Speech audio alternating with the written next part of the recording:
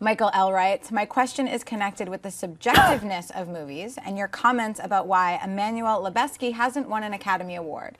John defended the Academy's choice by saying that they were right each year and every year, which is fair enough. But since we know that all film is subjective and that the Oscars aren't the objective measurement of artistic value, do you think they are even remotely important? I see over 100 new releases every year, including all the nominees, and yet I rarely agree with the Academy's choices. For example, last year's Argo, though a good movie, wasn't even in my top 10. So what do you think, and what are some of the Best Picture winners that you disagree with? Yeah, this is an interesting topic because people have many different viewpoints about the Oscars. I also don't agree with the Oscars very often. Usually the movie that wins Best Picture for me is a movie that I liked and maybe was in my top 10, but definitely wasn't my Best Picture.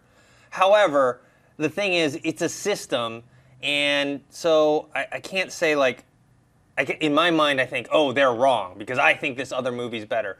But I have to step back and think, well, this is a group of people all voting, and this is what they think, and so even if I don't agree with it, at least it went through its process, unless it's rigged or something like that.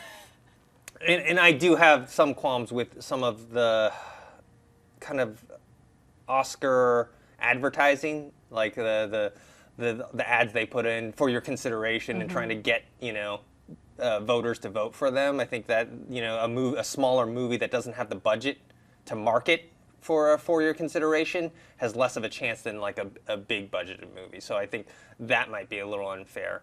But in terms of who they pick, yeah, I don't agree with it most of the time. I mean, I have a list here. In 2011, The Artist won.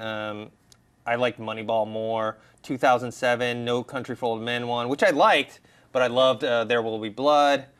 2005, Crash, I didn't really care for it. I thought Brokeback or Capote was better. 2004, Million Dollar Baby won. I thought The Aviator should have won. And this was before Scorsese had won his Oscar for The Departed, so I thought this was the chance for him, so it was kind of a double insult to me. Beautiful Mind won in 2001. I thought Lord of the Rings, Fellowship of the Ring should have won, but that was, I think, a situation where they wanted to wait for Return of the King so they could honor that movie. And then 1997, I think this is probably one of the biggest ones. I'm a big James Cameron fan. However, I wasn't a fan of Titanic, except for the last 30 minutes, which I thought was really cool. And that won over LA Confidential, which is one of my favorite movies of all time. So, in my opinion, yeah, I don't agree with them, but I don't know if you can say, oh, they're wrong or right. How about you? You know, I think the Oscars are such a touchy subject, but the one thing that I've learned is that before really falling in love with film, I only used to go see the big box office movies. So every year for Oscar season, there would be all these movies that were being nominated that I had never even heard of, never mind gone to see.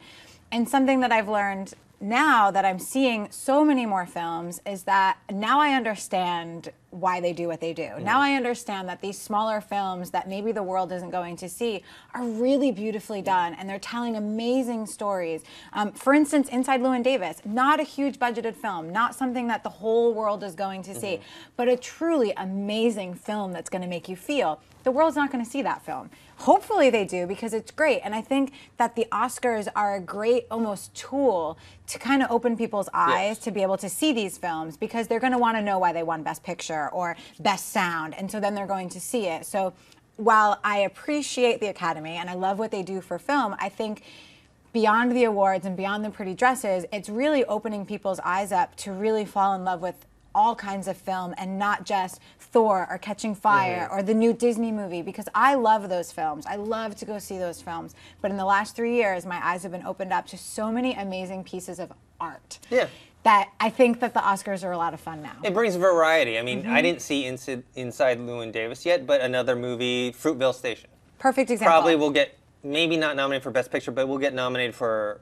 Best Actor with Michael B. Jordan. Fingers crossed. So people will see it. Last year, Beast of the Southern Wild is a movie that most people hadn't heard of until it got nominated, and I saw that and I really liked it. So yeah, you're going to get a lot of smaller movies. There are some that slip through the crack. You know, there's movies in the past that I love that didn't get nominated. Movies like Lawless, A Prophet, The Wrestler, stuff like that. That didn't get nominated that I thought were my favorite movies of those years. But all in all, I think the Oscars are a good thing because they do bring attention, like you said. And it's more than, obviously we have the glitz and the glamour and the red carpet and all that stuff. But when it comes down to it, it is about movies. And the voters are voting for movies for whatever reasons, and hopefully the right reasons. So I look forward to Oscars every year. And look at the amount of films that are being pushed out the past couple years. And look at 2014 and 2015, the amount of film that's being put out now, the amount of content, the array of subject matter is just, there's so much that something's always going to get forgotten. And it's really sad when they do, but it's really exciting when you get to see a film that you would have never seen and are touched by it. Cheesy moment of the day brought to you by Chrisley and AMC. Sorry. If you like this video, be sure to give it a thumbs up and don't forget to subscribe to AMC Movie News on YouTube. It's free and a great way to stay updated with all the latest movie news and check out our daily show, AMC Movie Talk. Also, don't forget to check us out on Facebook and Twitter to stay in the loop for our special prizes, giveaways, and contests.